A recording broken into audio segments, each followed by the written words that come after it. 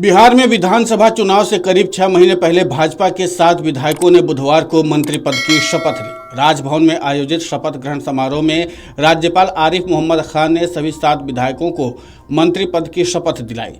मंत्री पद की शपथ लेने वाले सभी 7 नेता कौन हैं? नीतीश कैबिनेट के आखिरी विस्तार में इन्हें ही क्यों मंत्री बनाएगा? इस कैबिनेट विस्तार का आने वाले चुनाव में क्या प्रभाव पड़ेगा? ये हम अब सब कुछ आपको विस्तार से बताने जा रहे हैं। सबसे पहले इन 7 विधायकों को जान लीजिए कि आखिर ये हैं कौन और किस बिरादरी से आते हैं। बात कर लेते हैं दरभंगा विधायक संजय सरवगी का। ये मारवाड़ी वैश्य समुदाय से आते हैं। बिहार शरीफ के विधायक सुनील कुमार कुशवाहा समुदाय से आते हैं। अमनौर विधायक कृष्ण कुमार मंटू कुर्मी समुदाय से आते हैं। जाले विधायक जीवेश मिश्रा भूमिहार से आते हैं। रीगा विधायक मोतीलाल प्रसाद तेली समुदाय से आते हैं। साहिबगंज विधायक राजू सिंह राजपूत समाज से आते हैं और सिकटी विधायक विजय कुमार मंडल केवट समुदाय से आते हैं। अब मंत्री बनने वाले सभी 7 विधायकों को जान लेते हैं। सबसे पहले बात कर लेते हैं विधायक संजय सरावगी का। संजय सरावगी मारवाड़ी हैं, दरभंगा सदर के विधायक हैं। सरावगी लगातार कई सालों से दरभंगा की सीट पर चुनाव जीतते आए हैं। सरावगी आरएसएस के काफी करीबी माने जाते हैं। शपथ ग्रहण समारोह में संजय सरावगी ने मिथिला पाग पहन रखा था और उन्होंने मैथिली भाषा में ही शपथ ली है। दूसरे नंबर पर बात कर लेते हैं बिहार शरीफ से विधायक सुनील कुमार की।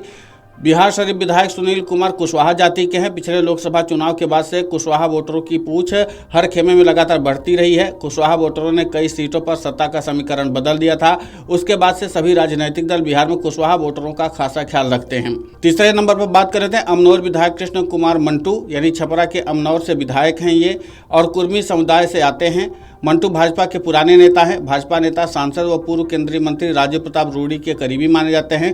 मंटू ने हाल में ही पटना में कुर्मी महासभा की रैली की थी और काफी बड़ी संख्या में अपनी जाति के लोगों को पटना में उतारा था। मंटू का प्रभाव क्षेत्र छपरा, सिवान, गोपालगंज सटे हुए इलाकों में ज्यादा है। अब बात कर लेते हैं चौथे नंबर पर सिकटी विधायक विजय मंडल की। ये भी मंत्री बने हैं। अररिया जिले के सिकटी विधायक विजय मंडल ने मंत्री पद की शपथ ली है। विजय मंडल केवट जाति से आते हैं।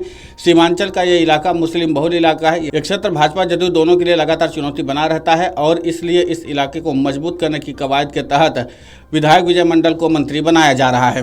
अब बात कर लेते हैं 5वें नंबर पर साहिबगंज विधायक राजू सिंह भी बने हैं मंत्री, तो उनके बारे में जान लेते हैं। मुजफ्फर जिले के साहिबगंज विधानसभा सीट के विधायक राजू सिंह ने भी मंत्री पद की शपथ ली। राजू सिंह राजपूत जाति से आते हैं। राजू सिंह एक दबंग छवि वाले विधायक हैं और भाजपा से लंबे समय से जुड़े रहे हैं। जाले विधायक जीवेश मिश्रा भी मंत्री बने हैं, तो उनके बारे में जान लेते हैं। चुनाव से पहले हो रहे बिहार कैबिनेट विस्तार में जगह पाने वाले एकमात्र भूमिहार नेता जीवेश मिश्रा दरभंगा के जाले से विधायक हैं। जीवेश मिश्रा पूर्व में भी मंत्री रहे हैं और इनको दोबारा मंत्रिमंडल में जगह देकर भाजपा ने भूमिहार जाति को साधने की कोशिश की है। रीगा विधायक मोतीलाल प्रसाद की बात कर लेते हैं। सीतामढ़ी के रीगा विधानसभा सीट के विधायक मोतीलाल प्रसाद को मंत्री बनाया गया है। मोतीलाल प्रसाद तेली समुदाय से आते हैं। दरअसल विधानसभा चुनाव के पहले जातीय समीकरण को खासा ध्यान में रखा जा रहा है। हर वर्ग को प्रतिनिधित्व देने के लिए नेताओं को कैबिनेट में एडजस्ट करने की कोशिश की गई है। इसी कोशिश के जरिए बिहार में मंत्री बनाए गए सभी 7 विधायक अलग अलग जातीय क्षेत्र के हैं और इसी के नाते से इन सभी क्षेत्रीय विधायकों को लगातार साधने की कोशिश की गई ताकि इनके जाति के वोटों को साधा जा चुके। आपको बता दें कि बिहार में सितंबर या अक्टूबर 2025 में चुनाव होने वाला है। 28 फरवरी से बिहार में बजट सत्र शुरू होने जा रहा है जो 1.5 महीने तक चलेगा। बजट सत्र में विस्तार संभव नहीं है, ऐसे में ये अंतिम कैबिनेट विस्तार है। 6 मंत्रियों की जगह खाली थी। राजस्व मंत्री दिलीप जायसवाल ने भी मंत्री पद से इस्तीफा दिया था। ऐसे में बीजेपी कोटे से कुल 7 मंत्री बनाए गए हैं। इस कैबिनेट विस्तार के जरिए जातिगत समीकरणों के साथ साथ क्षेत्रीय समीकरणों को भी साधने की कोशिश की गई है। अब अंतिम में जान लीजिए कि आखिर ये मंत्री बनाए क्यों गए सभी 7 विधायक जो अलग अलग जाति और क्षेत्र के हैं, जो आगामी विधानसभा चुनाव में एनडीए की ताकत को मजबूत कर सकते हैं।